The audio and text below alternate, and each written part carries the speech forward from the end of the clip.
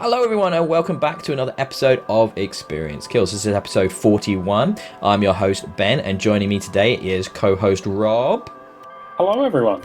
I don't know what the hand gesture was. It was going to be something different, but it is what it is. You've started 2 shows in a row now with I'm confused by my own hands. So that's where did they come from? Right. Which is weird, but I like we have continuity of hand gesture confusion. It's like, okay, this is Rob's thing now. And we're also joined by co-host Richard. Hello. Do you understand your hands? Perfectly in touch with my own hands, and there's going to be no. Leave your own hands alone and stop touching your own hands. That'd be great. I'm not touching my own hands. That's one hand on its own. You can't see what the other hand is doing. Thankfully. Like I joked about. That might be a bad thing. I joked about. Yeah, exactly. That's the joke I made with Rob last week, which is as long as your hand's not doing this, then I'm okay with it. So I got to use the same joke twice. That's fantastic. It's like I don't even have new material. Yay. Speaking from someone who recycles puns like it could save the planet, it never works better the second time. I just realised in my webcam, this show is poor value for money, but it is for free. So I am in a weird element of vanity here in the webcam. Oh my god, I can see my grey hairs like crazy in this image. This it's really looking good, mate. Holy shit, there's so much grey in there now on the top. Wow. You look like Richard Gere. Oh wow, okay, I will take that to the bank. Thank you, Richard. Richard Gere? Yes, please. God, if only. Man, wow. Where would I have been if I was Richard Gere? Probably not doing a video game podcast for 4 listeners. Okay, a few more than 4, but yeah. I hope you're all having a lovely time. We've had a crazy heat wave here in America. In the UK. Do you know the reason I went to America there is actually our largest audience group is America, right? More than the UK. But it's been very hot over here in the UK, and I've basically played no games because of that, which is because I can't sit in front of a computer in that heat. Complaining about a heat wave to the Americans, we have to add disclaimers.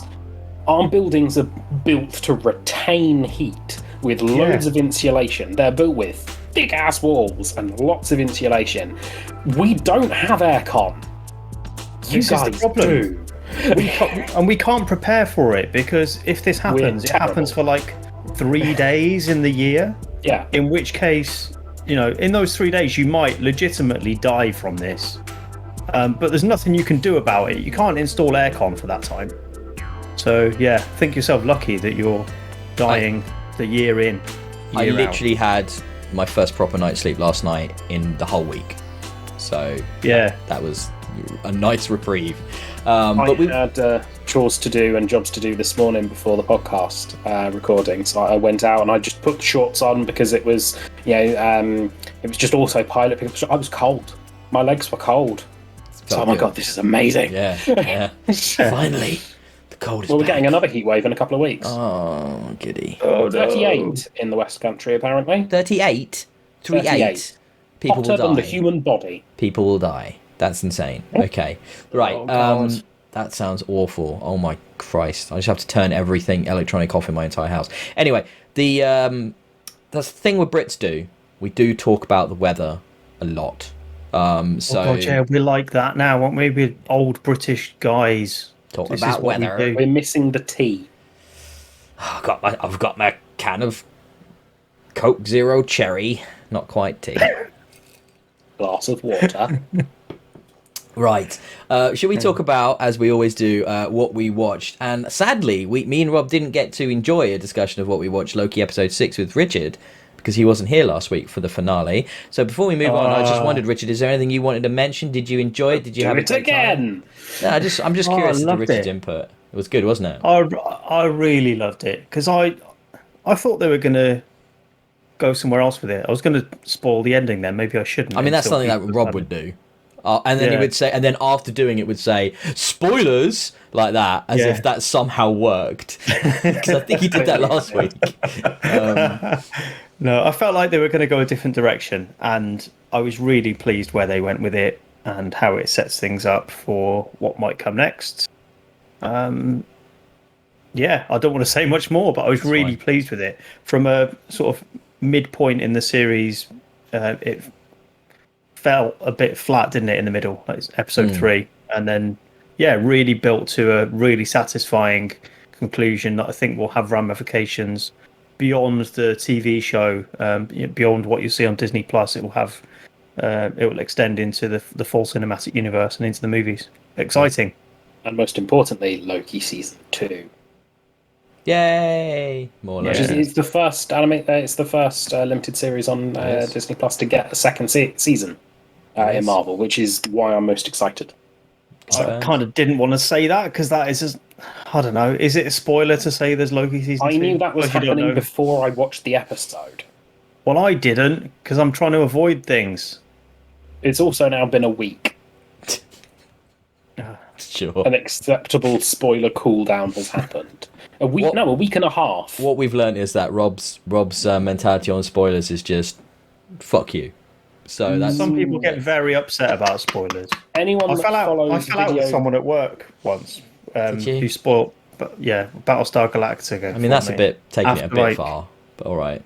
Anyone who is watching, not permanently, but yeah, I just bought Battlestar Galactica, like the full set, right? Because I'd not watched any of them. I'd waited. Okay, all right, Richard. You got annoyed about somebody spoiling something at the point where you just bought the complete set on DVD or Blu-ray. You cannot complain about spoilers if you're that late to it.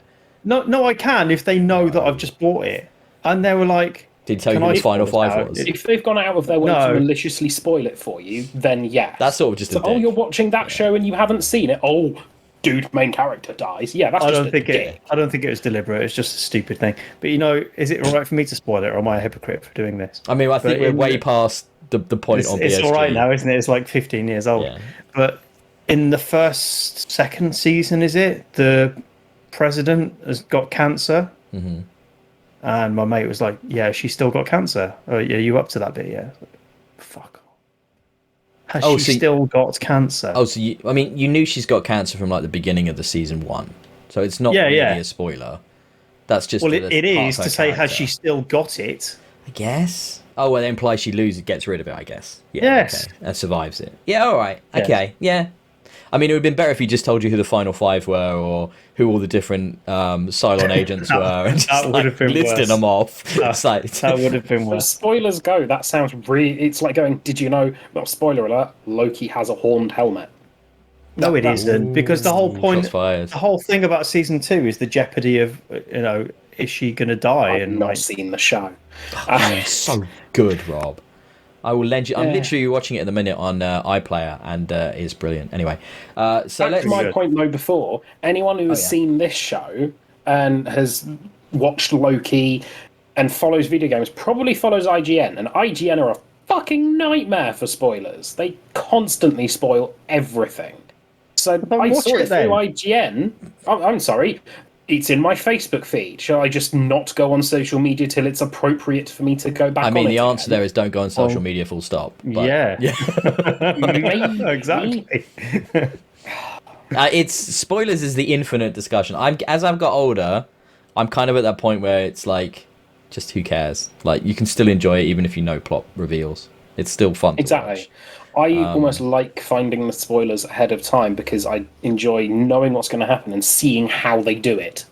So I know what's going to happen. This is going to be amazing. How do they make this happen? That can certainly be. If it's not like an M. Night Shyamalan, M. Night Shyamalan sort of like plot reveal, like twist. As long as it's not something like that, because that's generally what the whole experience is built around. You can still definitely enjoy something if you know plot points. Yeah, absolutely. But then you'd have to watch an M. Night Shyamalan movie, and that just sounds... Some of them are great. Like, Signs is still one of my all-time favourite films, but so many of them are terrible. But anyway. He's got one out this week, actually. He does. Old or something, isn't it? Yeah. Looks quite interesting. I do want to know what the twist is in that. Yeah, I'll wait to hear what people say about it before I get excited or not. I do want to touch on something, though, Rob, that you're a community fan, aren't you? Yes. And I've often been very negative about, and you as well, Richard, yeah? And Richard, okay. I've often been very negative about sort of post-season 2 era community. And recently I've just had it on in the background, right? Season 4 ran through, and it was like, God, this is terrible, season 4. But then season 5 hits. And I think that's actually, I just want to sort of readjust things. I think that's a really good season. I think there's some really good episodes in season 5 of Community, which I don't think I'd ever like properly rewatched before. And there's some good stuff in there. It's prior to departure of core characters, anyway, I should say. When we start losing people like Troy, Yeah. I don't think it hurts from the departure of Pierce, but like losing Troy really hurts the show a lot. But there's some good stuff in there. What Meow Meow Beans comes to mind as an excellent episode. That's a horrible episode because it's so good. Yeah, it's just it's fucking brilliant. terrifying. And then Ask Crap Bandits in there, and that's a really good, strong standalone episode. And then Troy's final episode of Floor is Lava is also very, very good episode. One of my favourites from that season is the one where they're going through Pierce's will. Yeah, strong episode, bottle episode, very little kind of weird artifice, just character moments. Very, very good. The frozen canisters of sperm kind of count as a bit of a that gag is incredible. Weird moment of that gag is incredible because it's been so serious and intense. And here's some cryogenically frozen sperm. And sperm. I mean that's you might enjoy this whiskey. While you drink this sperm. That's a quality piece of writing because it builds to that absurdist ending, and then the way that ending just continues, and it just gets funnier and funnier and funnier. It's so well written. But yeah, I just wanted to mention random thing. Community season 5. It's not as bad as I thought. Yeah, it's a good season.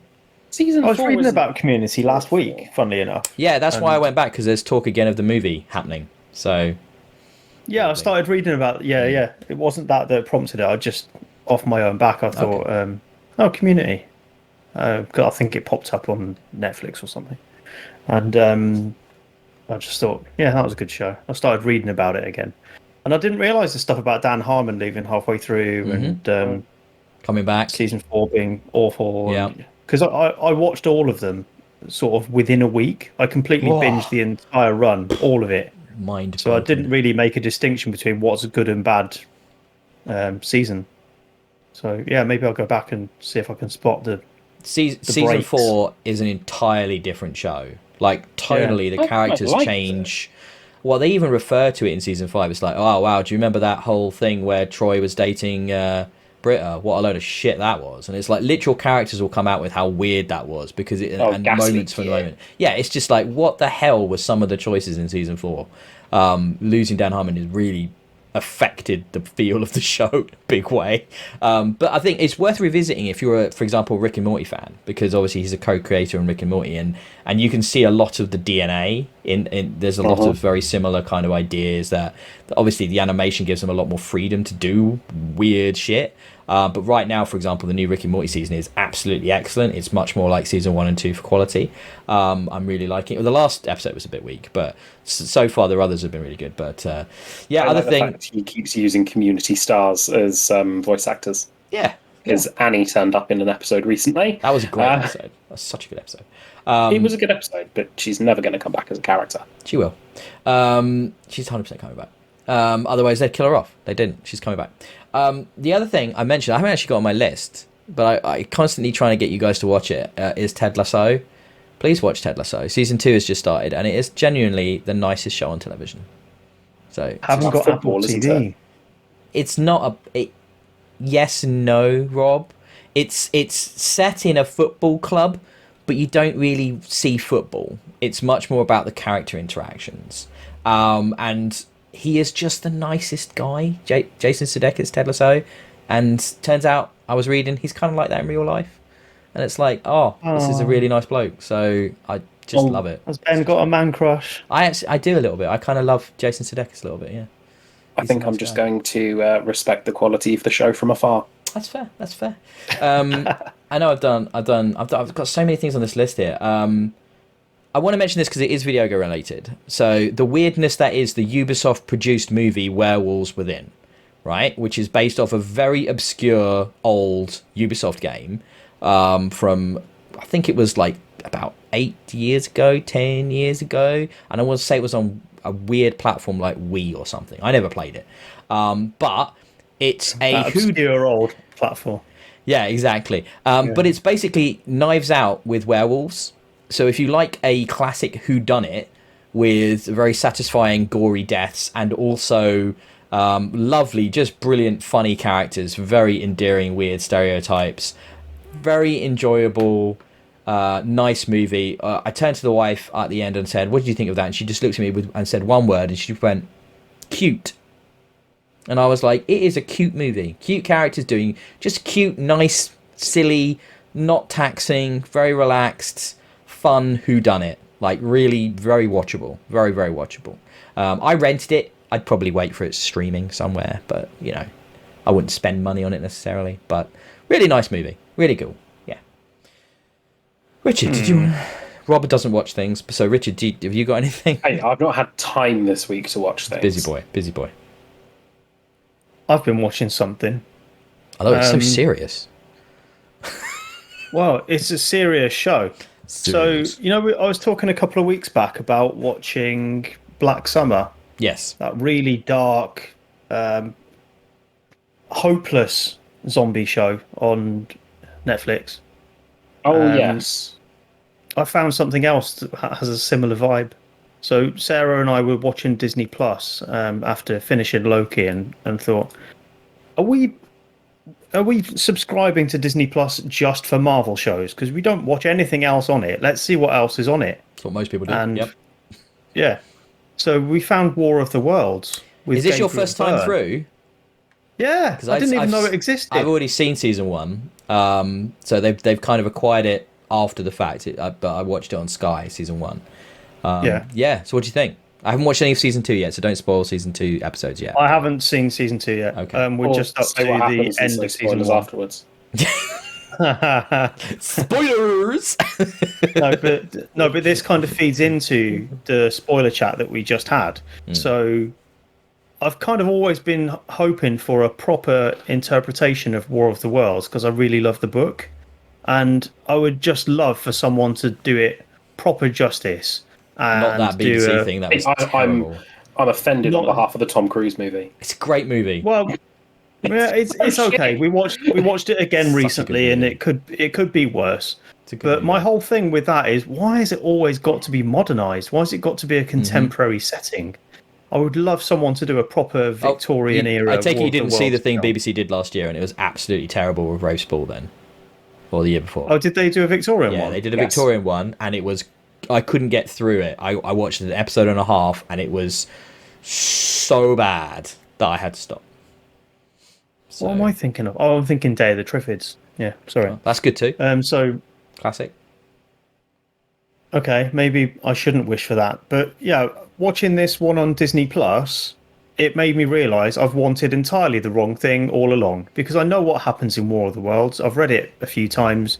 I've seen the musical live a bunch of times and listened to the album loads because it is one of my dad's favourite albums. Jeff Wayne's War of the Worlds is a seminal masterpiece. Yep. Classic. Yep. So yeah, I kind of know it inside out, and it's really nice to see a show that takes the core the sense of dread that novel has of invading beings and not knowing why they're here, what they look like, what they are, what they're capable of, and brings that mystery back to it, because it feels kind of old now to see the same tropes play out, even though it's a great story. But just to see the same thing repeated over again, it's nice to see a fresh take on it. So it hasn't got the tripods in it anymore. It's something else. Not yet. It plays anyway. it really, not yet. But it plays it really slow, like really slow. You don't see anything until like episode 3. Could be, yeah. And I really appreciated it. And it's I mentioned Black Summer earlier. I put this in the same sort of league because it is just so bleak. It doesn't feel like there's any hope at all. And Yeah. I think it does a really good job of doing that for a franchise that is well known, and the outcome of it is well known. And you think, well, inevitably it's going to be fine anyway. I don't know if it's going to be fine because they've taken it a completely different route. It certainly surprised me. I was late to it because, once again, like you, I was like, oh, modern take on this, another one. This is just going to be bollocks. Like, you know, I don't need this. But then what I realised as I was watching it is that, like you touched upon, is that War of the Worlds doesn't have to have tripods to be War of the Worlds. And it took me a while to convince me. But what they do with what is clearly a tight budget, they do a remarkable good job with characters, and I think a lot of it's got to do with the fact that it's an Anglo-French co-production. So you have this very different vibe. You have large parts of the episodes that are subtitled and in another language, which is very gutsy for a mainstream thing to have, so they're not talking down to the audience. They're treating it, globally, like a global thing. And you've got various different perspectives and groups in London and in on the continent as well. So Gabriel Byrne's the lead, but he's only really the lead for about half of the show. And then you've got some fish out of water elements where the guy's stranded on the continent away from his family and trying to get back. And then you've got all these elements with this, with what you see of the aliens is this very minimal kind of, I don't want to spoil it, but it's not what you'd expect, and it's actually very scary and very other, and it's incredibly off-putting. And then I will say this without any spoilers: how did you feel about the reveal at the end of the first season? And like me, I don't know if you were like me, but I kind of predicted that's where they were going to go with it.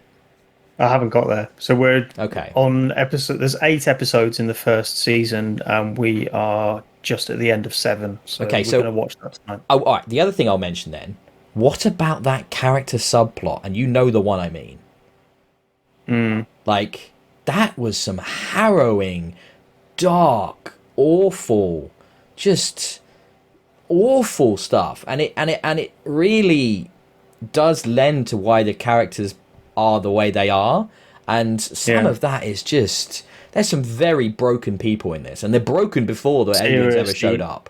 Like, seriously, Graham. Broken. Yeah, really. The one you're talking about. Yeah. I said to Sarah, I know what he's done. As soon as she saw him, I knew what he'd done. Yeah, we should stop this now. Her face. We have to stop, because I know what he did. As soon as she okay, we just literally, we're not saying anything. We need to move on. But yeah, it's well worth checking out if you're a Disney Plus subscriber, like Richard said, and all you're doing is watching the Marvel stuff or the Star Wars stuff. Think about branching out. This has come to the UK via the Star integration that we have on Disney Plus, so it's probably not the same way you could see this in other territories, because that is specifically to the UK. But it's well worth checking out. It really surprised me. I'm gonna do season 2, but I'm waiting for a few more episodes to be on there, because they're doing them one a week. So I want to be able to binge it a bit. So I'm gonna wait a bit longer. But no, certainly a unique interpretation. I can't wait for you to tell me what you think of the reveal at the end of season 1. Can't wait. No, I'm looking forward to it. Can't wait. Good. Anything else from anybody else? So I just Purge. I saw the Forever Purge last week. Yeah, good. And it's okay. I think they've changed the format of this one, so it's not within the confines of a day anymore. Obviously, you can tell from the name. It's about what would happen if people didn't respect the rules of the Purge and just carried on anyway. So just chaos. So for anyone that doesn't know, the Purge is about American society decides that for one day a year, all crime is allowed, even murder. And in the Forever Purge, radical, right-wing, white Americans of a certain type decide, no, they're going to reclaim America for themselves. The Purge will last forever. They will purge America of people who do not belong to be there.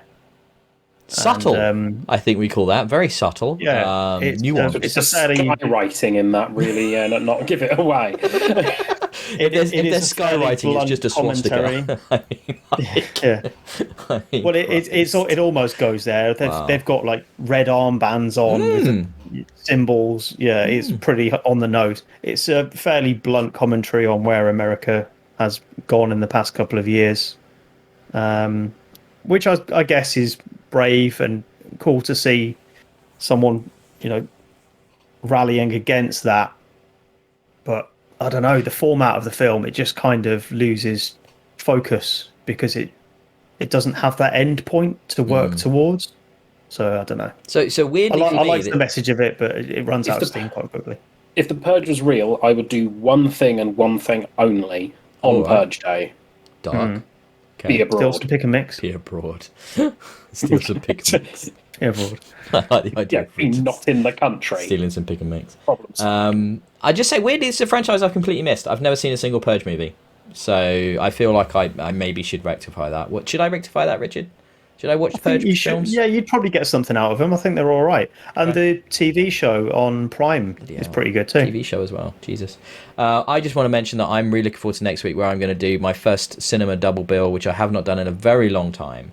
So I'm going to watch 2 movies back to back, same day, and I'm going to watch Suicide Squad followed by Jungle Cruise, because they both come out on the same day next week, which is Friday, and I'm going to go on the weekend on Saturday and watch these movies back to back, because I'm a crazy person, it seems. That's such a weird combination of films to watch in one day. Well, they're just because they're out. It's the 2 movies I want to see, and they're both out on the same day, so I want to watch them both. It's not about theming them. Like, I've not tried to connect them up. But I'm getting your head shaking your heads at me. You guys don't think Jungle Cruise is going to be any good, do you? It's like putting gravy on your ice cream. It's not. Which one is the gravy? Which one is the ice cream? Well, you'll have to tell us next week. I promise I will. Looks so mediocre. Suicide Squad. And Jungle Cruise looks awful. Suicide Squad looks like they're going to fight Starro, and I'm really curious as to how the hell they fight Starro in a DC film. That's just mad to me. And then Jungle Cruise, it's Emily Blunt and Dwayne The Rock Johnson. They're really good. So surely this movie can't be terrible.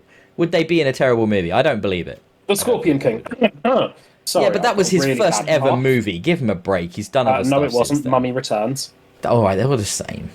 Don't be like that. Don't be like that, Rob. Don't be like I am about the Fast franchise. Yeah, man, that's the greatest films ever made. But he's never coming back to do that. It turns out. He said categorically, I'm not doing anymore. He escaped from the malady that is the Fast and Furious franchise. I don't know, the greatest. That's franchise. not for reasons of taste or quality, though, is it? It's just because he's having a strop. It's because Vin Diesel's a bullying arsehole. Yeah. Depends who you ask. Shall we move on to the video games? We may as well. It is kind of what we exist for. Sort of. Well, we're half an hour in now. Maybe we just talk about films. I don't know. That's a philosophical point, isn't it? We exist for video games. Well, this podcast exists for video games. I actually think, you mean the show? Right. I actually think video games exist for us. I'm just saying. Just the 3 of us. Yeah. Okay. Yeah. I think that we'll flip the script on that one. So let's get into some of the quickish hits, I should say, because I do want to ask Richard about this. So the first 2 stories I wanted to touch upon are Steam Deck related. So the first one being Valve, in conjunction with eBay, have used their existing terms of service to really clamp down on those scalpers that were taking advantage of the Steam Deck scarcity in other territories, and basically everything has been delisted. So pretty much every Steam Deck listed, under the rules of something to do with an item being available within 30 days of an order of an auction being put on eBay, is outside of the terms of service and therefore can be pulled using their regulations that they already have in place. And they've done that. So there's now basically no Steam Decks on eBay for resale. Have they got rules against scalping per se? Because that's not really a scalping issue, is it? They're just saying that people aren't allowed to sell stuff that they can't supply within a reasonable amount of time.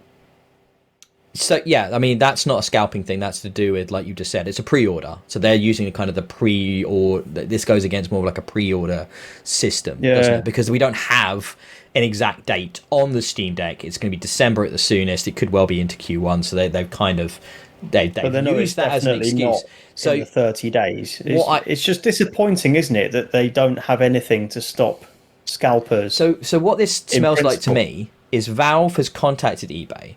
What can we do to deal with this problem? And they've come up with a reason. Maybe Microsoft and Sony never did that, right?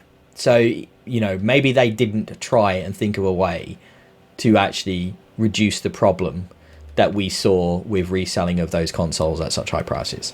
Because Valve has come to them as, a big business sort of thing, they've spoken to them, business to business, and they've come up with a solution. I don't know. All I know is it's good to see these things removed, isn't it? It is. But whether it solves the problem, because you'll get to November and then they'll be relisted, and potentially what good has it done? So yeah, potentially. I think it'd be nice to see a longer term solution. Yes, I agree. And they are looking at things like that, aren't they? Microsoft has got their whole ability to order through an existing console using a software platform to get like in a queue for a new one. So they're playing around with stuff. But yeah, it seems to be very slow to happen, a lot of this. But anyway, the other story I wanted to mention, this is more of a Rob one. is that Steam Deck can't play Destiny due to the OS. Destiny being too awesome, yes. No, due to the OS on the Steam Deck being based on Linux, which doesn't play well with the anti-cheat software that some games utilize, including things like Apex Legends and Destiny 2. And the idea that I was going to be able to play Destiny 2 on the go on my Steam Deck was definitely appealing, until I discovered that that may not be the case. But they are obviously working on it. And one of the interesting things coming out of Valve around this is that they're still working on this. This thing isn't finished. And the software is going to evolve and develop, and the OS will improve and stuff. So if it doesn't happen at launch, I suspect they'll find a way around it pretty quick. Because it's a huge thing. Those free-to-play games is a huge market. You can still play the Game Pass version, presumably. On xCloud, yes, you could. Yes, absolutely. On the go. But in a wider question, Richard, what do you make of all this Steam Deck stuff? You weren't here last week. I'm curious. No, I missed out on the chat, and it's a weird one, this, because I'm not a PC gamer. I do like handheld games, and there's part of me that thinks this is kind of for me, isn't it? So I'm not really in the PC space, but they're reaching out across the waves to the little console island that I'm sat on. And going, there you go, Richard. This is for you. We're delivering what we do in a package that you will appreciate. And there's part of me that really wants one. But then, I don't know. Do I need it? Do I need a PC in my hands? It docked as well, so you could dock it and then use it as literally connect it to a screen and connect a keyboard and a mouse and whatever you wanted, a controller, and you could use it basically as a PC. As well, I could, but so then there are those options. If I wanted a gaming PC, wouldn't I just buy a proper gaming PC? Well, obviously, price is a thing here, isn't it? So the handheld is going to be considerably cheaper. So there is that element to it than buying an actual full rig. But I would me and Rob would probably both recommend, if you want to get into PC gaming, buy a gaming rig. Probably more like what I would do, but yeah, I'm not sure. I am tempted by it. Looks good. I'm not going to pre-order or anything like that. I'm just going to wait till it comes out and see how it goes. But Valve have not been great at supporting stuff like this before, have they? Oh, we talked about that, yeah.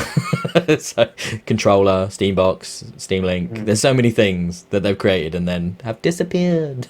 So quite quickly as well. So yeah, it doesn't fill you with confidence, does it? No. But yeah, we'll definitely be covering it more. And obviously, Richard, if you do change your mind, as you've mentioned, the scalpers will be available again come November. So you'll be able to get one if you want. You just have to pay like 3 times the price. It'll be fine. I will say, though, I will just because it's connected a little bit, jump over the Game Pass story for a minute, Richard. But are you going to pre-order a Playdate on July the 29th? Oh, mate, so tempting. I don't think I can afford to, but I really want it. Really, really want it. I was reading about it today, and they've said, don't worry, it's not going to sell out. So I don't know if that's just really low expectations of their sales. I mean, yeah. Worry, guys, what does that mean? We're going to have loads of them because I think it means that they're not seeing this as a limited run thing, which it could conceivably be. It's a very niche idea, isn't it? So that's reassurance to me that if I miss out on the first wave, I am still going to be able to get one. So the thing that tempered my excitement a little bit was a couple of the big outlets had hands-on with the console for a few weeks with a limited selection of the games, like 3 or 4 titles. Yeah. And basically they all said, it's really nice, it's lovely form factor, the games are fine, I'm not really sure why. but what it is nice. Though. It's great. There's what it's doing is good, but why? There's no reason. It's not like they were saying you've got to have this. This is a fucking amazing piece of tech that you need in your hands. But it's like it's just something about how nice it is designed and just what. And I want that stupid dock with the pen holder and exactly. That's a metaphor for the whole project. It's like why arrogantly redundant. Yeah. You know, no one needs a pen holder. No one needs this entire device with a crank on it. There's no purpose for it, and that's why I want it. Yes, you're right. That is why, because there's no purpose, and we are just stupid men with more money than sense that want to spend it on crap to fill up our lives and the holes in our soul. And it's just like, why? Oh, No. why am I tempted? Two of the three people here are. Oh, I wasn't wrapping you into that when I was purely referring to me and Richard. To be fair, no, you have all the sense, Rob, in this area. It would seem. But yeah, I'm 29th is what, next Thursday or Friday or something for us as we record, and 6 p.m. I think it is our next Thursday, 6 p.m. our time. I think there's an above 0 chance that I will be pre-ordering this item. Oh, I hope you do. I think it's almost certain that I'll get one, but not From the just loads yet. they will have available. Yeah. They'll be selling them 20 quid, Playdate. Anyone want a Playdate? 20 quid. 6 months and Ben's going to be right. 20 quid. Oh, God. Oh, don't know. I don't know. We'll see. We will see. Right. Do you want to circle back Game Pass titles for the new raft that have been confirmed, Richard? Oh yeah, exciting news for people of a certain age. So if you were around at the beginning of Xbox, when it was trying to find its identity, and that identity was at the time wrapped up in cutesy animal mascots, you will remember Blinks the Time Sweeper, which is back. It's coming back to Game Pass next week. What date is it? 27th? 26th. So 2 days' time as we're recording. And I never expected to be excited for Blinks again, but I kind of am. It was one of those original, not launch, was it? But sort of launch window Xbox games that tried to push the technology and say, this is not possible on anything else, guys. Because if you remember, the original Xbox had a built-in hard drive, the first console to do that. And Blinks Have you was considered the becoming a salesman? No, why? Am I really It was selling on the this? first Xbox, and fun fact, it was the first one with it's a little bit. It's good. It's good awareness of product. Well, it's a big deal at the time. It's like SSD now. This is the same argument back then. That you couldn't possibly do Blinks on anything else because the hard drive enabled the rewind feature that this game has. I don't believe it's true. I strongly recall other games, at least one other game, that had this same feature before it. But this was the selling point anyway, that you could rewind time and backtrack using the hard drive, which would remember your inputs and where you'd been and what you'd chosen to do, and just undo all of that. It's a common feature now, of course, in things like Forza and whatever. But yeah, big deal at the time. I don't know how that's going to stand up. I seem to recall it wasn't a very good game back then. It was an interesting technical showcase for the reasons I've just mentioned, and it was interesting to see how poorly Microsoft handled the idea of an appealing mascot, because Blinks is not that. It's such a weird thing to think back when the original Xbox came out and the idea for like a cutesy mascot seemed so important, and then organically the mascot is basically was the Master Chief, which is instead this fucking boss ass robot dude with big guns, and it's like, yeah, he's gonna beat Mario and Sonic in every fight ever. So it's kind of like I think it definitely was the right mascot in the end. Not quite, because Sonic will just run away. Let's not talk about who wins in a fight. And he'll shoot Mario, and then Sonic will flee, and he will win. Well, there's only one answer to this problem, and that's let's get Master Chief in Smash. I mean, it's not even that unlikely now, is it? Let's be honest. That isn't that unlikely at all. But what else have we got around here? We've got obviously Flight Sim, big one dropping. We've got the Ascent, another big game dropping into Game Pass that a lot of people are really excited about. Don't forget Crimson Skies, mate. Crimson Skies is another Xbox classic. It's a fucking great game, no doubt. It was good, wasn't it, at the time? I wonder how it stands up now. So I bought it when it came to backwards compatibility. I bought it, so I don't need it on Game Pass. Did you? Yeah, I bought it straight away. But if you haven't already, I would recommend it. It's a very, very fun Elseworlds sort of fighter plane dogfighting game. You know, it's really good fun, really, really good. A lot of flying games, actually. A A lot of flying games. That and obviously Flight Sim, and another one that's coming to PC called Project Wingman, which is not a dating game in which you help your mate, pull on a night out, but it is actually about it's flying fighter jets. Can you imagine the other game though? You got to play back. You've got a chance, mate. You can get in there. She's not out of your league. Just go over there, be nice, have a chat, buy her a drink. If she wants you to, she might want to buy you a drink. And just be, gotta be chill. And it's does that game exist, Rob?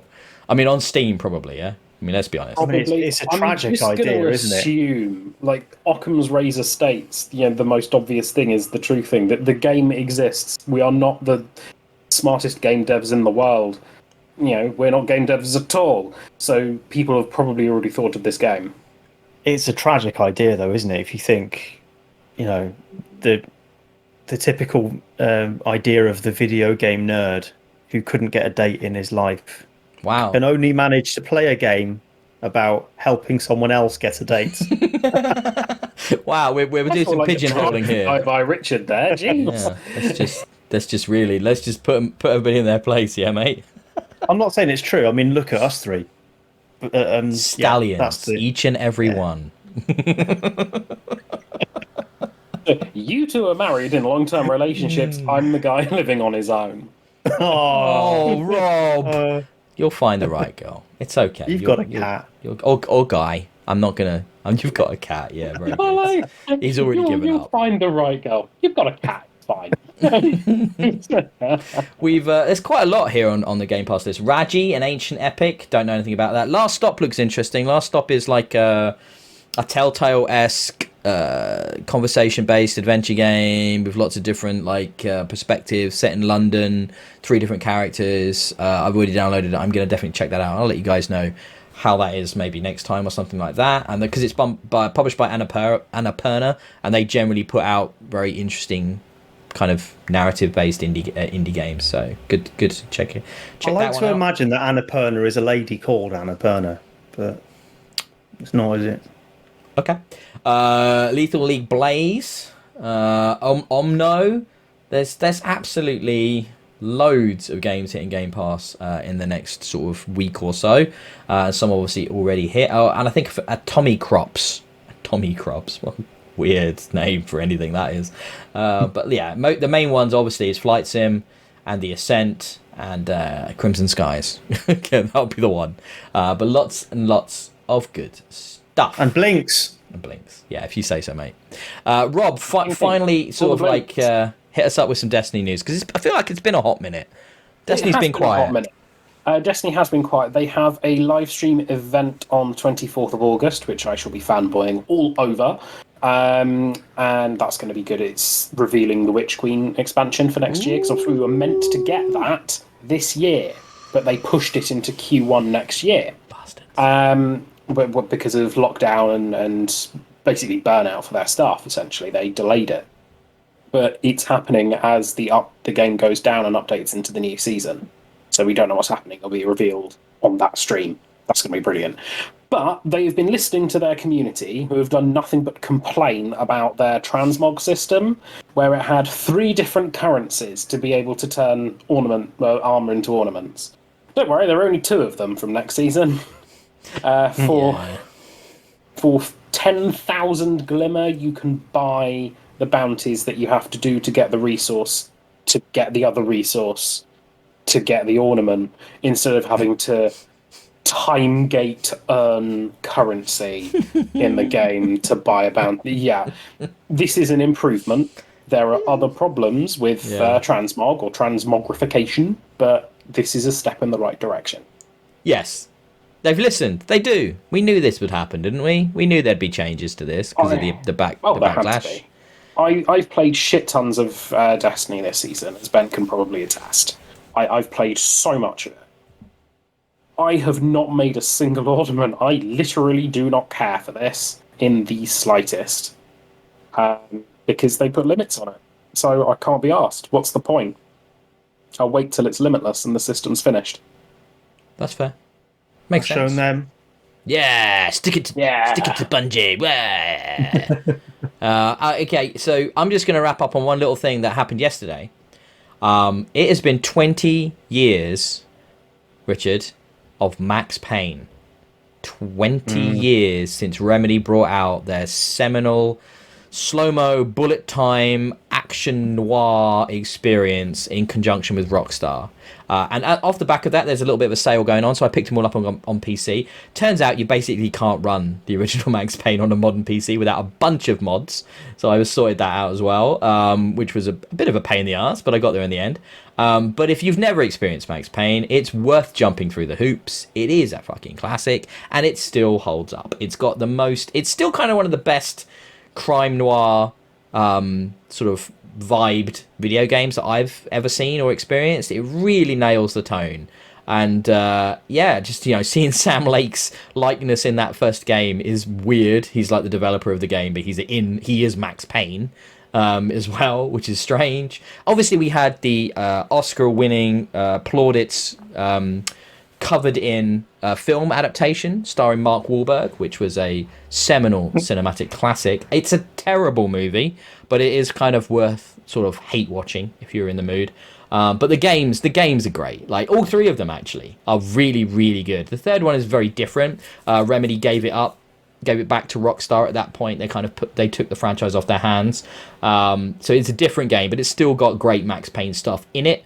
But the first two games are just phenomenal. I don't know how much. The third one's the only one I've properly played. The third one's the only one you've played. Yeah, really. What? I tried to get into the first two. So good. I think I don't know if they are though. They are. Like story wise, I really want to follow it, but then you get into the action bits and it just feels so dated now. I was playing it last night and having a great time. Like diving around, firing my Berettas off and dual wielding them, and then switching to the shotgun and sniper rifles and whatnot. It's so much fun. Oh my god. So much fun. I've not played any of them. Wow. Well, Max Payne 3 is definitely worth playing. It's very good. Yeah, Max Payne 3. I really loved that, and I'm still bummed that they haven't made it backwards compatible. That sounds like a Max Payne in the ass. I was trying to find a way to work that into the conversation. I was quite proud of that one. Good. I'm glad I gave you an avenue for that. You'd been sitting on that for a while. 20 about years. A minute. Play Max Payne. 20 years. It's crazy. Love these games. Even if Richard doesn't like the first two. It's broken. I want to love him because I really love Sam Lake. He's my man crush. He's brilliant. He's certainly like an actual creator in video games. Yeah, you see his DNA on the products that he's involved with. Yeah, definitely. So yeah, I want I want more. I want them to do new Max Payne. Like really. Yeah. I can't believe they've not gone back to it. They should. Do you know what? They're going to have the Control universe or the Remedy universe. Can we get Max Payne in Bring there? Max That would Payne be into brilliant. it. Yes. I want Max Payne. Verse. Max Payne. That sounds fun. Max Payne, Jesse Faden, and Alan Wake all hanging out in a bar, sharing war stories. I would absolutely play that game. So Love it. Fucking amazing. Okay. So let's now, we've finished with the quick stories. Let's get into some of the deeper topics that have come up from the last week. We're going to hit on the end of E3 with EA Play. We're going to hit on Splinter Cell's bizarre announcement, which seems quite exciting. But first of all, Rob's going to lead us off with, obviously, the super, super happy news. Yeah. So, you know how we all shit on Ubisoft for their atrocious treating of women? Mm-hmm. It turns out that Activision Blizzard saw that and basically did the wait, hold my beer. And some of the allegations that are coming out of a lawsuit being levied by the state of California they make Ubisoft look like a feminist icon. They honestly make them look good. This is from some ex-employees. They logged some complaints that we're probably not going to get the legal specifics of this correct. Just going to put that one out there, right? We will probably not get the exact context correct, but we can get correct what people have been saying and how much of an absolute disgrace Activision Blizzard are behaving and have been behaving like for the past God knows how long. If the reports are true, of course. Not saying they're not, but yeah. on the assumption that everyone is telling the truth, which the amount of evidence is overwhelming. It's foul. So basically, there is the pervasive frat boy culture. We have male employees being allowed to play video games after coming in hungover, but all of their responsibilities being delegated to underpaid, lower-waged female members of staff in the same position that are then micromanaged if they leave their desk for a walk. That's the tame side of it. You have the sexual harassment. It culminated in one particular woman who I don't think has been named. I've certainly not seen the name of this individual. After intense sexual harassment, she ended up committing suicide. Activision can fucking suck one at this point. Or Blizzard can suck one. It's disgraceful what's coming out. When is that supposed to have happened? Tiniest amount of information. I'm not sure. I don't have exact dates. I think that's pretty you can't get more serious than that. Apparently, photos of her in the nude were being shared around people in front of her at a corporate retreat. Oh my god. So she was aware various different things had been brought with the guy who I assume there must have been some sort of long-term harassment happening in order for him to try and, I imagine, seal the deal, as the saying goes. Obviously, there's got to be root and branch investigation into how that's happened and what they could have done to prevent it and to stop it happening again. But this news is coming out now, it's been investigated for a couple of years. Yes. The state of California and a specific legal department in the state of California were investigating this for 2 years. Do you remember about 2 years ago where Blizzard started doing all of their major inclusivity drives? Because that's what everyone has started pointing out. That it was about 2 years ago they started going nuts for inclusivity. We thought they were being nice. No. They were trying to fix a damaged ship.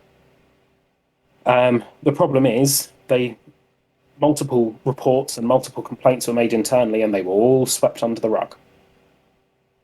They were all gotten away, hidden, and removed from the public eye and removed from the workforce. It's I don't know how that's possible. I don't know how it's possible for an organisation that genuinely cares about its people to... Exactly. Even when they haven't seen anything that's a problem in their own organisation, they can look across the horizon and see what's been reported over the past few years in Ubisoft and elsewhere in the industry and think, have we got a problem? Let's check. But no, again, we see an example, apparently, of, as you say, problems being swept under the rug and only addressed when we hear about them. It's really disappointing, isn't it? It's very saddening. The amount of games now that I feel guilty for looking at. You know, I don't really want to now spend a lot of time playing Overwatch. Because I quite enjoyed Overwatch. And I don't know if I want to give Blizzard that attention and that time. There are, of course, some standout, high-quality, very ethical employees at Blizzard. This is not everyone or anything like that. You know, it's very much the unfortunate majority. From what's being reported at the moment, it seems that it's the majority of people who are behaving like this, but there is that minority of people who weren't, which is important to remember because I think no one at this point should be harassing members of Blizzard's staff for this, not unless there is proof. And well, I don't think you should harass someone even if there is. Well, you shouldn't anyway. No, it's It's gross, and I think it's that problem is that slight mob mentality, isn't it? So if you're I was going to say a young man, but any man, if you come into an environment and that's how everybody's behaving, the likelihood is that you'll end up behaving that way too, because you'll conform to those around you and their behaviours. So you're talking about institutionalized frat boy culture, which results in vast amounts of awful sexual misconduct and harassment and all of that stuff. Yeah, it's very disappointing, like you said. I mean, it's obviously... what I find very annoying is when you're starting to see now some comments from senior people at Blizzard, or who were senior people at Blizzard, doing everything they can to try and make it sound like they weren't aware, or it wasn't their fault, or it wasn't on their watch, or they're always indicating how in the industry this is a big problem, and how I don't care. Yes, it is a big problem in the industry. But right now, what we're talking about is your company, so I think you need to be more specific when you address that.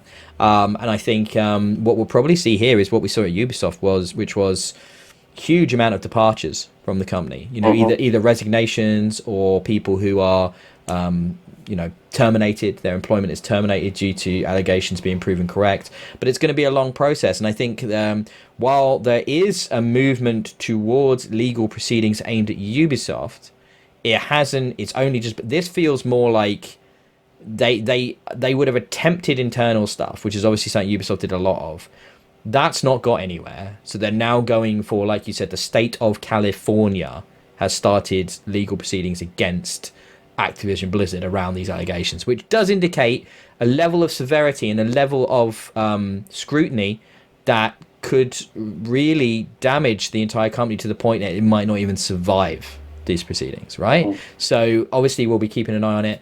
I think it goes without saying at this point that we condemn this, like, in the strongest terms possible here at Experience Kills, and this needs to change. And it's disgusting that these things aren't changing quicker, because we saw this video that's come to light from 2011 or 2010 BlizzCon, in which a woman asked a question of the Blizzard panel, including a lot of the senior people that are now at the company saying, oh, this isn't me, I'm a feminist, blah, blah, blah.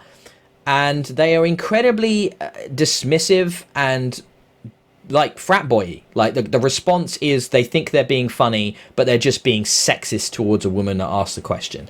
And it's disgusting. And that was 10 years ago, 11 years ago, and it's still happening right now. She posed the question saying, when are we going to see female characters in your games not look like Victoria's Secret models? Collectively, the panel sniggered, did very quiet, away from like inside jokes to each other for 20 seconds, and then said, well, which catalogue would you like them to have stepped out of?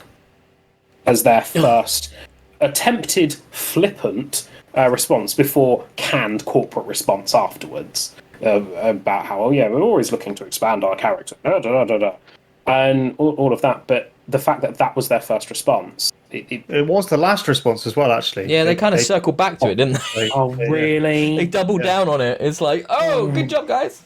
Good job. Good job. And the woman looks so awkward. And you're just like, it's awful, because she's a fan. She's at BlizzCon. Yeah. She's not some journalist or like random. She's a fan. She supports your product. She's there because she loves World of Warcraft. Like, loves it. She's not going to be at BlizzCon unless you fucking love Warcraft, right? And then to be talked to that way, it's just like those people you idolize, and then you come away with that. Oh, I've got a question. I'm actually going to get to ask a question. Oh, I really hope it's a good answer. And then that, and you're just like, fuck you guys. Show some respect. Fuck. Gross, man.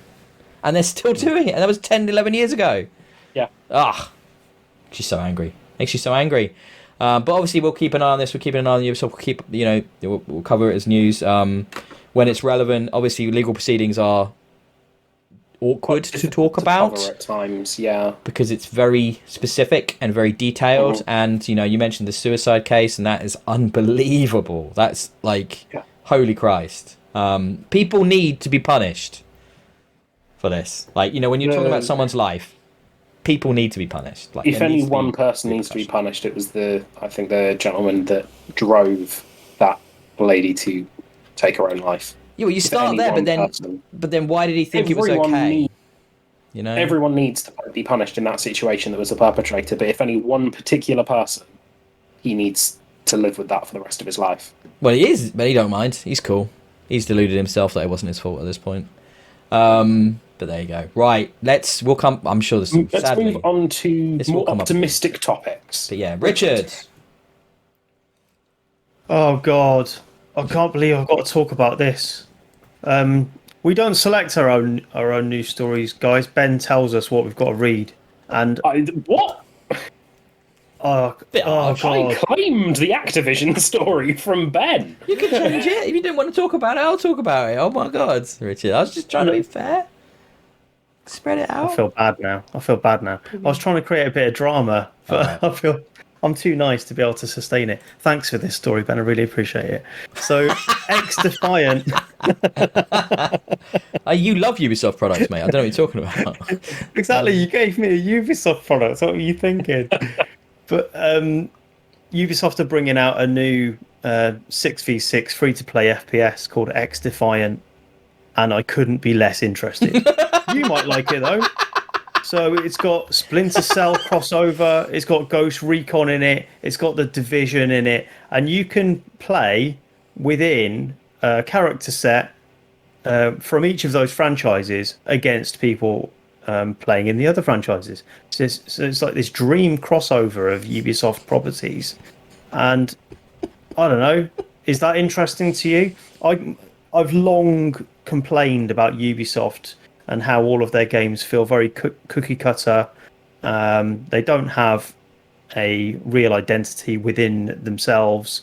So seeing them cross over between each other, it's like, okay, another Ubisoft game then. What's the difference? No interest in this whatsoever. What do you guys think? Right. Geez, we're optimistic today, aren't we? So I quite like the look. I mean, look, this is their attempt at the Overwatch type of game. They made the video was funny, right? Watching the announcement, because they've got these two guys. One's looking he's got like his hat on, and he's got like cool graffiti behind him and neon lights. And the other guy's in like a very plain, austere looking thing, and they're divided, but like in the same location. It's like, oh look, the serious gunplay mixed with the hip rebellious attitude. It's X-Defiant, and it all felt so stagey and like so like we're just trying too hard to try and be cool. And it just Ubisoft often does that, and that's kind of why I like them. That they think this is the thing that the gamers want, but it's through the eyes of those middle class 50-year-old white guys, and it's like, you really have no idea. And it's so funny watching them miss the mark whenever they try. I love it so much. Right. You're so right. That's the vibe, isn't it? So watching part of that video, they were like, we're coming out early because we want to know what you think. That's the whole problem with Ubisoft. It's just so try hard. And, what do you want us to do? Shut up. Do you actually want to know what we think? How about you had some How about you had some creative direction for once and actually chose a direction instead of asking us? That would be nice. But no, it looks like it'll be fine. I like the look at they're really focusing on gunplay first, powers and abilities second, which is something that appeals to me compared to Overwatch. If I want to play a shooter, I want to play a shooter with good guns, and this does seem to have a lot of them. I'm a big fan of the Ubisoft Clancyverse, right? I play all of those games that you've mentioned: The Division, Ghost Recon, and Splinter Cell. I love them all. They're all really good fun. So to bear in mind though, the characters that we're getting in this aren't Sam Fisher, or any named people. They're like sort of inspired by factions from within those universe. For example, the Ghost Recon element are the Wolves, which are the bad guys from the last Ghost Recon game. And then in The Division, you're getting the Cleaners, which were a bad guy faction from The Division, right, with flamethrowers and stuff. So I think it looks quite cool. They've done just enough to make it look like a knockoff for their own properties. It kind of does almost look like an unofficial thing. Yeah, it's weird. You're not getting Sam Fisher, you're getting Fam Sisher. Like, just slightly different. Perhaps at this point that's possible. But just wait for the battle passes and the extra characters that are going to be all the named characters and the big teams and all of that. I think there's some stuff in here that looks fun. I will play it. It's free to play. I will give it a go. I'm going to try it. It's going to be. I think there's some stuff that could be good.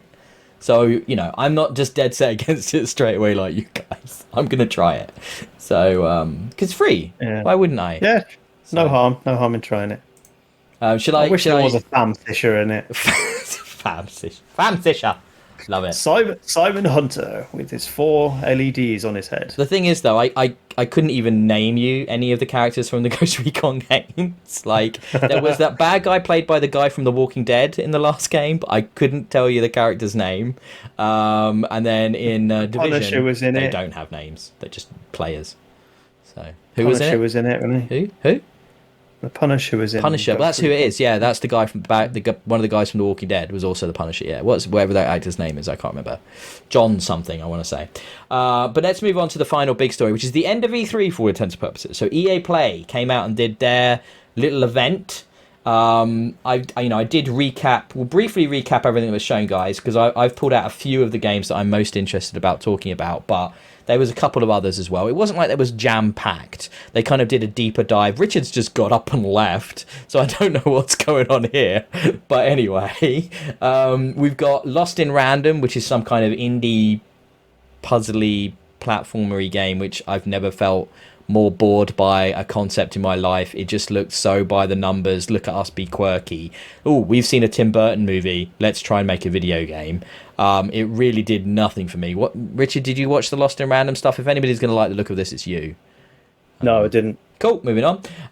Knockout City, which is the like roller skating dodgeball one thing. Apparently game, that's good. I've not tried it yet. I haven't. It's not anything that interests me like at all, but it's supposed to be good.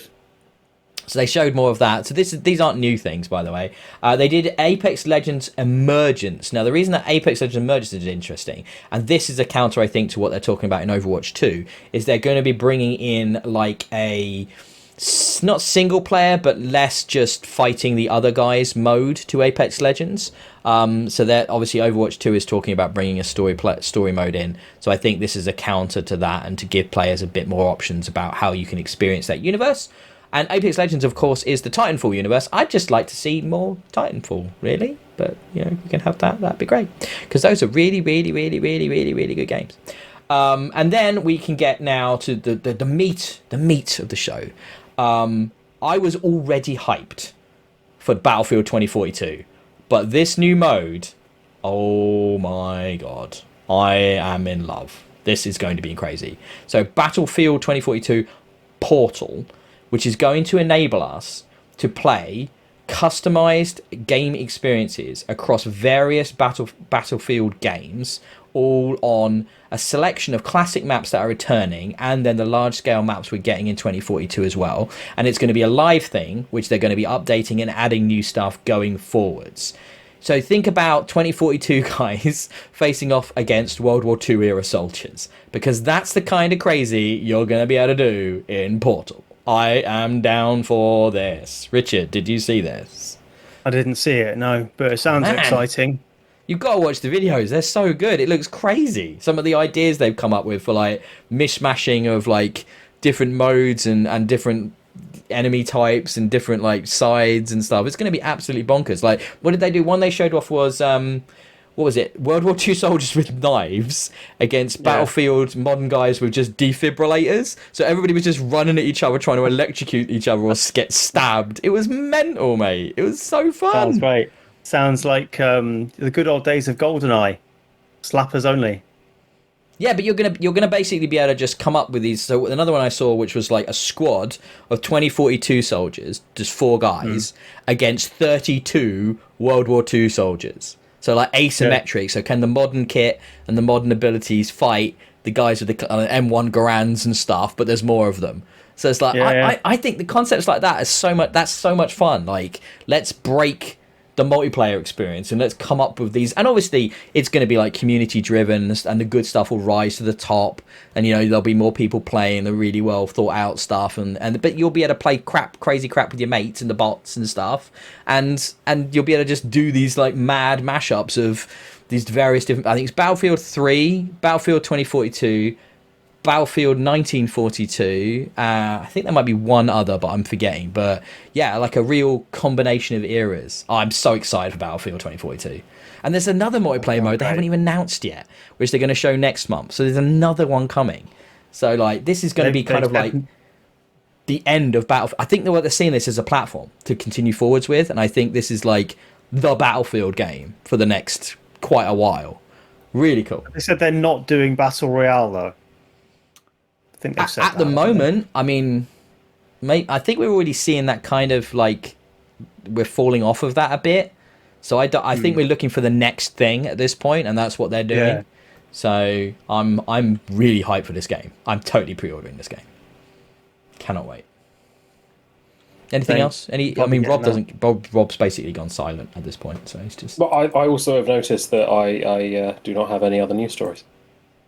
I mean, okay, but I just would you like? Do you want to talk about Codemasters? You could have had You could have had Ex Deviant if you wanted. Let's talk about that for a minute. No, I just noticed though. I'm just listening and Are you're paying still attention. you're still not interested in Battlefield though? No. No, not in the slightest. Hadn't even seen until this morning that they'd released more information. Could not be less interested if I tried. Help me out here. So Richard. weird. You're a Destiny guy. I thought you'd be Yeah. So I like good sort of shooters. interested. Oh, Oh, piss off. Jesus Christ. Sometimes the buttons are too easy Good to press. shooters. Good shooters. You can't argue that the gunplay in Destiny is silky smooth. Oh, it's perfect, but Battlefield is really good too. Like so. I know. I was just taking the piss. That's all. Sometimes I like modern military shooter that's somewhere in the middle between arcade and sim, which is kind of where Battlefield falls. That's my Yeah. jam. Like I can really enjoy messing around with, modern guns and putting silly attachments on. That's why I like games like The Division and that power fantasy is so much fun. So yeah, I'm well down for this. Me and you, Richard. Yeah, we're gonna play the crap out of Battlefield. Yeah. 100%. I think it'll be the first game I actually spend money on for a little while because in these times of Game Pass, that's becoming rarer and rarer, isn't it? Everything is included in Game Pass. It's crazy.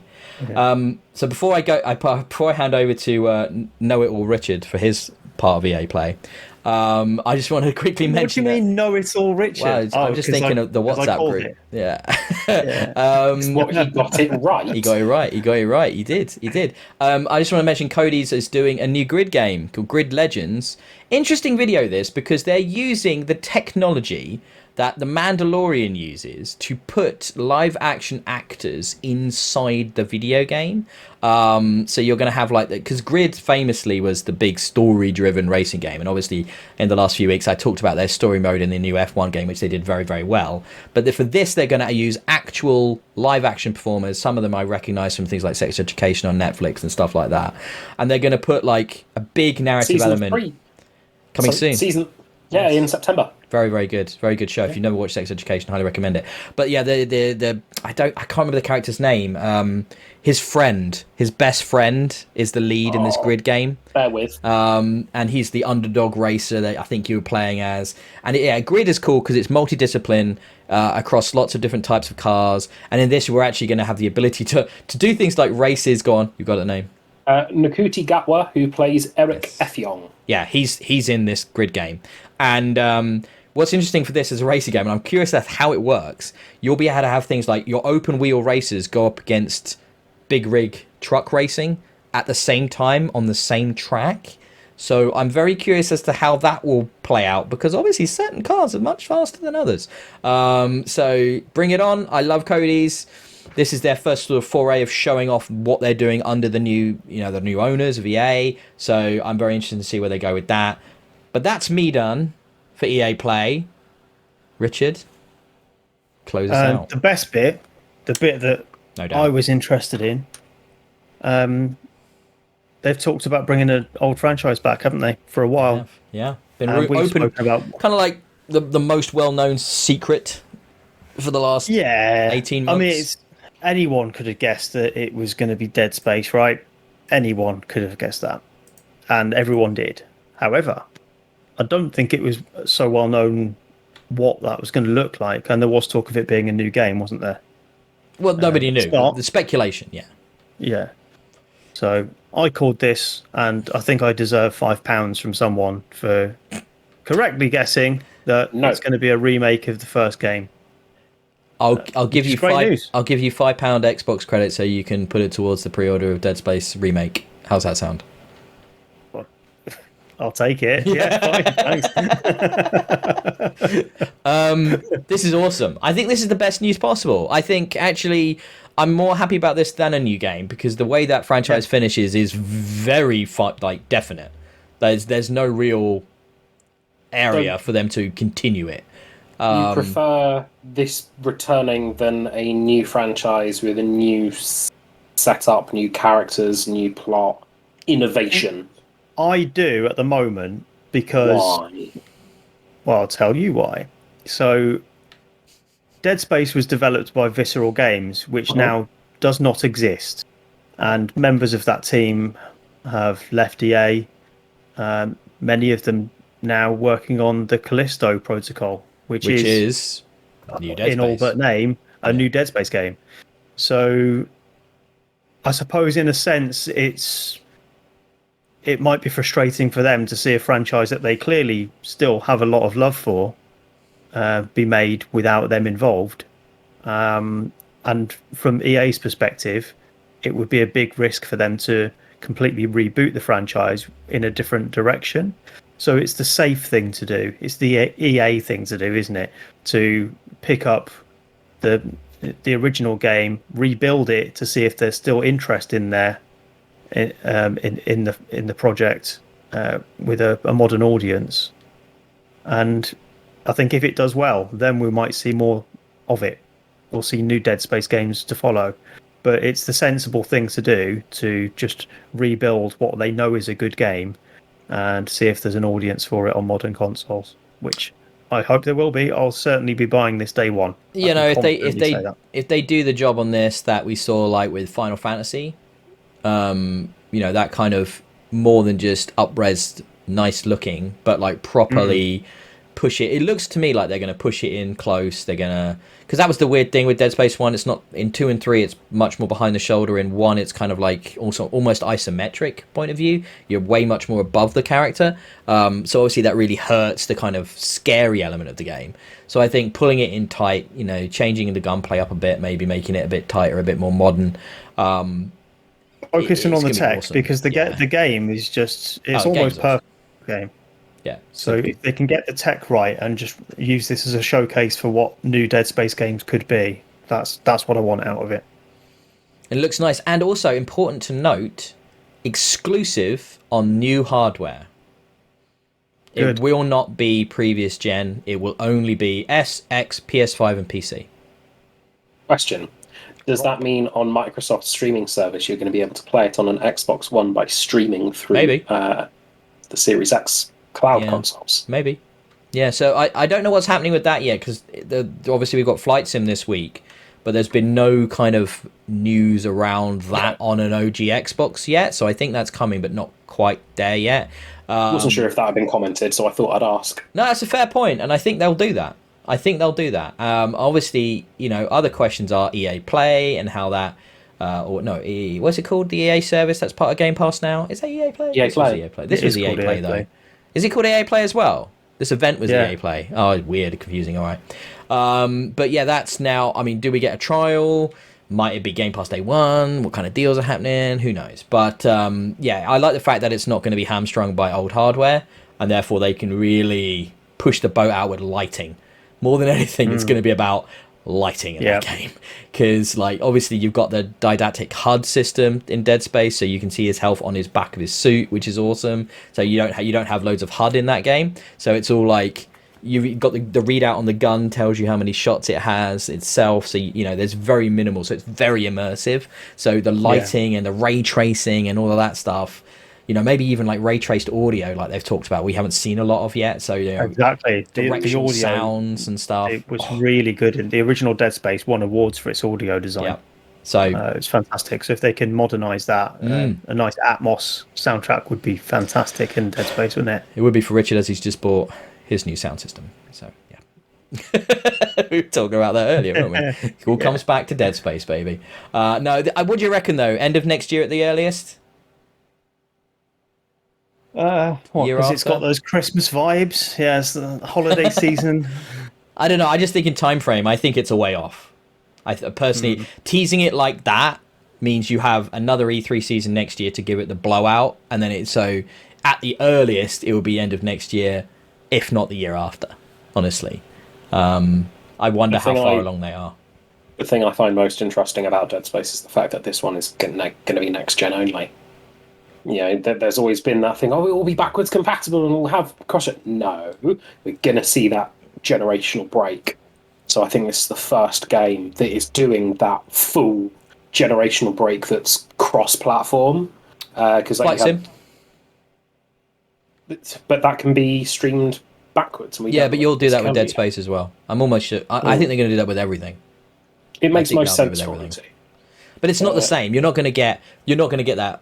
The ray tracing, are you? Because that's going to be. I don't know. Maybe you will, because they're putting Series X's in the servers ranks. It's Series X. You should. I don't know. I don't know how that's going to work because you're going to need a really nice connection to pull off all that information coming down, aren't you? But it's not the same, is it? You'll get everything, but you're still streaming it. So yeah, there'll be artifacting or native quality effects on it as well. But exciting. Right. Are we ready, though? We're going to move on to our Game Pass Club game, which was Bloodroots. We've all played it this week. Who wants to lead us off? Richard, do you want to start us in on Bloodroots? Can do, because I think I'm the most enthusiastic about it. I'm surprised you guys didn't really feel this game. I thought how to describe it? I suppose it's like Hotline Miami in that you enter an arena, there are weapons to pick up, and the idea is to dispatch all of the enemies in that space as quickly as you can, and with as much finesse as you possibly can. So it's all about timing, grace, choosing your route, choosing which weapons are most efficient, and moving on to the next one. And lots of replay value in there too, to go back with different perks, different hats that you can wear, and do it all again for better scores and stuff. The style of it I really like. So it starts with blood on snow, and I think that's a perfect sort of visualization for the style of this game. Really stark colors and vibrant animation, and it presents itself really well. It's kind of a cartoony vibe, but feels quite brutal as well. So a lot of the attacks, there's a lot of impact there. And it doesn't feel like it's like a cartoony game, even though it's got a really nice cartoony style to it. And I think overall, there's not much more to it than what I've told you, but what's there feels fun, well executed, smooth, and engaging. I've got maybe 7 or 8 levels in, I think, and I've enjoyed what I've played so far. It's starting to introduce new elements, so enemies might take a couple of hits because they've got armor on or a rubber ring or something that things bounce off. So it's mixing up the formula as it goes and keeping things fresh. So if it carries on doing that, I think it's a good one to try. I think you hit the nail on the head where you sort of said there's not much there. And that was kind of my problem. Maybe it builds, but I'm about as much in as you are, I think, actually. So I had a good few hour session with it in the week, and everything you said is true. It looks sharp, though. I found the visual style not particularly interesting, I guess, which when you compare one-hit death games, obviously in many ways the originator and definitely the one that propagated the genre the most is Hotline Miami, and that's visual style is so different and kind of abusive to you in so many ways. It's so harsh and stark and violent and confusing at times that it's very unique, whereas this felt very kind of that was just the word I would use for a lot of this game. It's much cleaner than Hotline Miami. It's I had polished visual. So from a gameplay perspective, I had big problems with the camera perspective at times. I really had issues with getting around the map and sometimes just finding all the enemies I had to kill to clear it, because it was not, the map design wasn't always the most clear cut, and then it was the different levels of the map, so the different heights inside the map. The verticality is tricky, isn't it? Yeah, so you're going to be able to jump a ledge, and then you'll end up down a ravine. Can I clear this gap? Is this a gap I can clear or a gap I can't clear? And it was sometimes very hard to understand what my limitations were, as it means I need to pick up this item which will jump me over the gap. And well, how the hell was I? It doesn't really telegraph any of that, so it was all a bit. I mean, the checkpointing and everything is pretty fair in those areas where it sort of requires platforming. It doesn't require a huge amount of replayability, and obviously loads are very quick, which is a must for a one-hit death game. But yeah, I don't know. What did you think, Rob? It was fine. It was all right. If you like Hotline Miami, you'll enjoy this game. I did spend a little bit of time farming achievements. There's an achievement for dying 50 times in one level and 100 times in one level. There's one particular point where you start an area just in front of a cliff drop. So I just held the analog stick forward for 5 minutes and went scrolling on Facebook until two achievements popped. Sound like Richard there. I don't agree with you though. I absolutely adore Hotline Miami, and I don't really like this game. That surprises me because it's essentially the same game with a different skin. No, it's so not though. It's so not. The traversal, the combat. I mean, while it's one hit, one death, Hotline Miami feels so much more strategic and so much more thought is required in here how to clear a level than it is in this game. What bugs me think with that's this game true. most is... Sorry. Sorry, I was just going to say, I don't think that's true, Ben. I think you've got the initial barrier of the verticality and understanding where you can and can't go and the best way to get around. It's an additional barrier to understanding how best to do the level. With Hotline, it's about where are the enemies, how do I get between them quickly. That element is still here, but you've got that added layer of how do I get to them as well. It's certainly not as hard, this game. The enemies are stupid as fuck, for the most part. Like, you can almost basically run around them in a circle and then just, like, kite them and just... They ignore you all the time. Not how I found it at all. Yeah. I found them super easy to deal with. No? It's just about timing. And I think the problems with the navigation, they are only while you understand what that level is. The whole point of games like this is about repetition, isn't it? And doing it better. So once you know the area, it's not a problem. It's just execution at that point. So what you're saying, this is more of a score-driven kind of game about going back and replaying, whereas I wasn't really... Nothing about this made me want to do that. What bugged me most was the fact that your multiplier, because as you kill stuff throughout the levels, you go into multiplier in the top left-hand corner, it decays really quickly. So if suddenly your sword has run out of hits and you need to find a new weapon to do something with, yes, there's everything around, but a carrot only has a one hit, and if you're about to jump into a trio, you need to find something better. And that means that your combo goes immediately. It's a really fast decay, and that bothered me because you've got these expiries built into these weapons. I'm now defenseless. I die just as quickly as these shits do. Fuck. And that bothered me because it really hampered the score multiplying and that sort of thing. That's part of the design, though, isn't it? That there's a puzzle element there, and if you are finding yourself without a multiplier, then there will be a better path for you to take to chain the right weapons together. That has the square platforms going round, and there's an enemy in the middle, and there are enemies on the other sides. It's a very long way to go to get to different enemies. So your score multiplier will break, and not with the right timing. So that island you're talking about, it's got islands that go around it at a fixed time, and from the point that you start the level, if you go the right route, you will naturally cross those islands as if they were just a regular path. It strikes me that this game, there is one way to do it right. Right here meaning the best way, and I don't like that. Okay, I think that's part of it, though. It's part of the fun, or the intended design is, can you find the best route through? And that's part of the fun of it. For some people, they will revel in finding that one path that the developers decided was the right path. I don't like that. There should be multiple different ways to do levels and get high scores. Is it?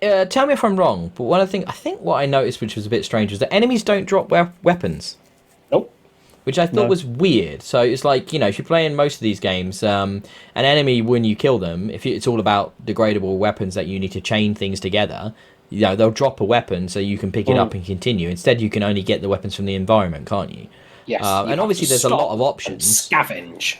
Yeah, there's a lot of options, and I had some of that I liked, like when I put a chicken on a guy's head, that was funny, or a fish, or when I killed a guy with a carrot, I thought that was funny, and I was like, I liked killing people with things, finding out what the various weapons do and how they behave, and the way you can then exploit them was fun. The sword was my favourite. Oh, the dash sword. Yeah, because everything dead. Yeah, that was good. Yeah, I like that one too, yeah. Yeah. That helps with navigation as well, doesn't it? So if you've got a sword and you dash, it means you can jump a really long way.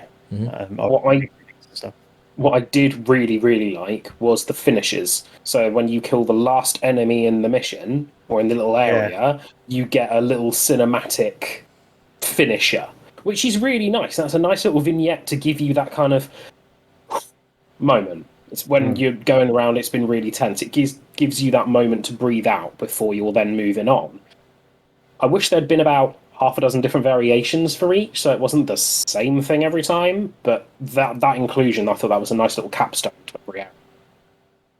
What did you think about the framing, the narrative sort of conceits? I didn't hugely connect, but I don't know. That's because I've just not had a big boss fight yet. But I don't know how you do a boss fight in a one-hit kill game without it turning into bullet hell. So, yeah. Basically a revenge tale, isn't it? So it starts with your village being destroyed. You get what they think is killed, but you're not dead really. So you come back to take on the people that have ruined your village. It's, by the numbers so far from what I've seen. Yeah, I feel like that they've tried quite hard to inject some humour in there, especially with your boss adversary characters that talk to you throughout a level as you're trying to approach them, or at least at stage breaks, as it were. But I didn't connect with the characters really at all, or the setting, or the reasons for much of it. It felt fine, like you said, but it was quite unremarkable. I think that's kind of my overall vibe, is that it's fine, but it's unremarkable. It's like, it's not terrible, and I definitely think if you're in the mood for this type of puzzle action game, it's a good enough one of those on Game Pass. But also the Hotline Miami collection is also available on Xbox, not on Game Pass, but I would say that'd be where to go. Do you know another game I absolutely love in this genre is Mr. Shifty? I know Richard was a big Mr. Shifty fan. I was trying to remember the name of it, but that was an an incredible game. Yeah. You're like a superhero, aren't you? Almost like, and you can like teleport in that game, and that was flipping awesome. One death game, definitely. I'd say better than this, and I remember playing that on Switch. I think it's on Xbox as well, isn't it, Mr. Shifty? It is now. Yeah, it came out on Switch first. That's where I played it. Really, really good, Mr. Shifty. Also not in Game Pass, but I think there are better ones of these. Anybody else want any final thoughts on Bloodroots? My final thought on Bloodroots is that Arthur is cute. He is very cute. For anyone not watching video, that is Rob's cat, and not a character in Bloodroots. No, not a character in Bloodroots. Just an adorable cat that jumped onto my lap. Anything from you, Richard? Anything you want to add? No, Arthur is cute. I'm glad we agree. We are in consensus. This is true. Okay, then we'll move on to the final bit, which we don't have a lot for, which is the games we've been playing. And honestly, it's more like, for me, a list of games I'm going to be playing, and you will see coverage of over the next week or so. So I'm playing a game. I'm playing most of these on PC. I'm playing Dice Legacy, which is like a colony builder. I think it's in early access, and it's interesting because all your people and everything are dice, and it's like you can level your dice up, and the dice interact, and dice do dicey things. I barely started it. I looked at the splash screen. Dice do dicey things. They roll. That's what dice do. Dice roll. So I've seen that in the video I saw of it. So it's like, okay. But it's different. I love a good city builder, colony builder. So how they're going to work that in with like a lot of dice mechanics and like therefore elements of chance. I am interested to see how that works. I'm also looking at Chernobylite, which I think is how you say it. Now, this is a pretty big release that's coming out in the next week or so, and that's coming out on PC and will be coming to consoles in September.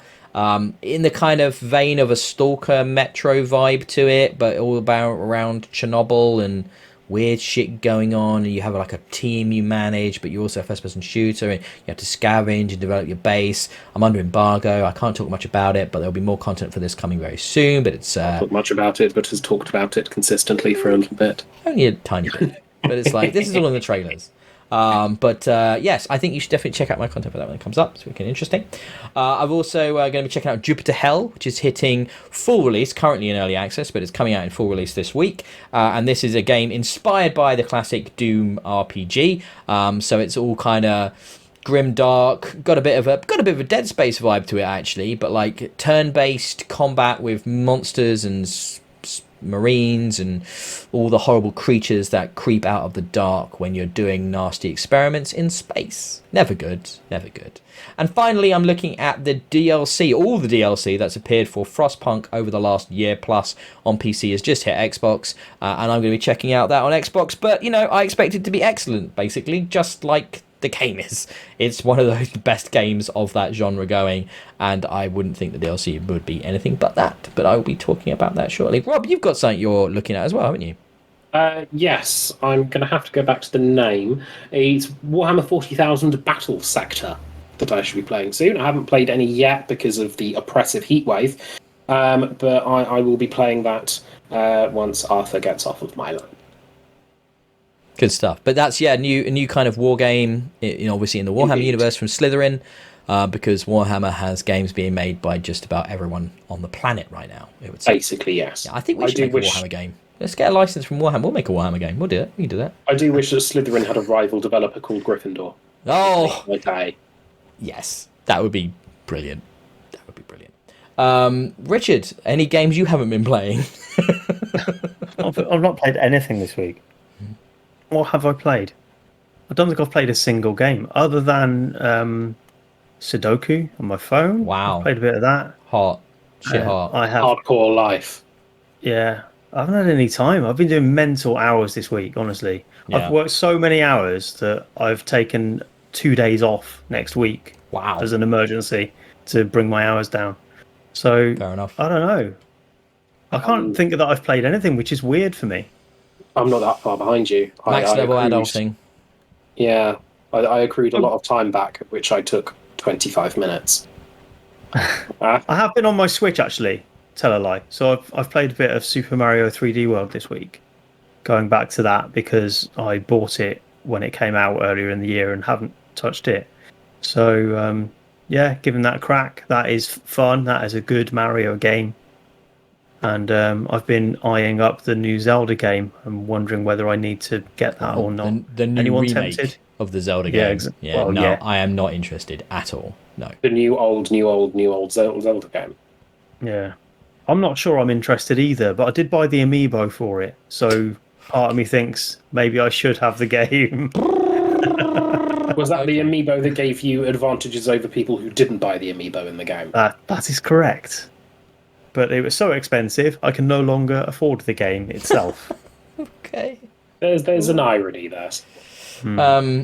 I think what we'll end on here is quickly, obviously there is a raft of quality Game Pass titles coming out in the next week or so, but I think we are all in. Obviously me and Richard are going to play some Flight Sim. I'm going to check out Chris Tales. I'm going to check out a few of these other games, but I think we're all in agreement that the one we're going to come back to in 2 weeks is The Ascent, and that will be our Game Pass deep dive in 2 weeks on the show. That's the sort of cyberpunk top-down isometric guns and guts and blowing up, and it just looks like a blast. I'm well down for The Ascent. So yeah, hopefully that's as promising as it looks, and we'll circle back to that in 2 weeks' time. But yeah, lots of stuff coming. At least that's the plan. Hopefully we can avoid boiling temperatures and I can bear sitting in this office for a few more hours to actually play some of the games that I need to play. And those will be covered on the channel in various ways. Discussion ones, scripted ones, who knows? Podcast discussion, a bit of all the above. But unless you guys have got anything else, I think that is where we shall wrap this podcast up. Fine by me. I'm hungry, mate. I haven't had dinner yet. It's lunchtime, baby. I need some food. The food. Sacrifices we make for this show, eh? I had my lunch before I came on. So I fitted this one in between other calls and getting my second COVID vaccination. So I'm very excited about getting that done and being fully vaccinated. And obviously Freedom Day happened and everything went back to normal though, yeah? Yeah? No? Oh yeah, pandemic's over now. It's done just now. Yeah, we're being irritated by an app now that has no function whatsoever. Yes. David checked its calendar and was like, oh, I'm meant to go today. What did I see? The headline was the pingdemic. Yeah. Pingdemic. Jeez. Lots of theories about that. As if that wasn't important. Let's just give it a stupid name to downplay it. Anyway, yeah, we just said Freedom Day, and then Corona just left the UK. It just all left. Just all left. But it's all been a hoax anyway, Ben. Don't forget. Yeah. And on that hell of a note, I think we will call this episode 41. We are approaching a year of weekly shows. We are not far off now. It's not long at all. And that will be a hell of a celebration. Ish. Well, are you going to renumber just before we get there? Yeah, I'll rebrand it. That's how I normally do it, isn't it? We did take a month off in December. We'll rebrand. Sorry? We did take a month off in December. We did take a month off in December. So we're not far off a year of doing this show, and I hope you enjoyed it. I know we've got some new viewers and listeners. So I'll do the wrap up here. That's been episode 42 of the Experience Kills podcast. I hope you've enjoyed listening. I've been your host, Ben. You can find me at DIYE on Twitter. There's been Rob, and you can find him at Homeless Mr. Gibbs. And there's been Richard. He can be found at Colonel Red. You can find us collectively at Experience Kills. Please give a like and subscribe on YouTube. It would mean the world to us, and it is all we ask for. There's no Patreon, there's no tip jar. That's literally all it is. Just a like and subscribe. Maybe even hit that bell icon so you get a notification when a new video is posted. If you don't have time to enjoy these videos, you can also find us anywhere a good podcast can be found. And if you do find a place that provide podcasts and we're not on it, let me know, and I will do everything in my power to make that possible just for you, because you matter. So yes, that has been another episode. We will be back soon in another week with this podcast. Richard's off week, so we'll be doing other stuff and have to come up with a topic. God help us, Rob. God help us. So until then, so Rob's got Arthur. He's now in his cat place, content with no woman. He has a cat. Isn't that what we talked about earlier? Isn't that what goes with the face from Rob? I don't think we made a direct link that the cat is a replacement for a woman. That's the meaning. Rob, cats, and women. I don't know where this is going, so I think we will just continue. All I can say is I learnt from the school of Bobby Kotick, and until next time, see you on the flip. I was very worried where that was going to go.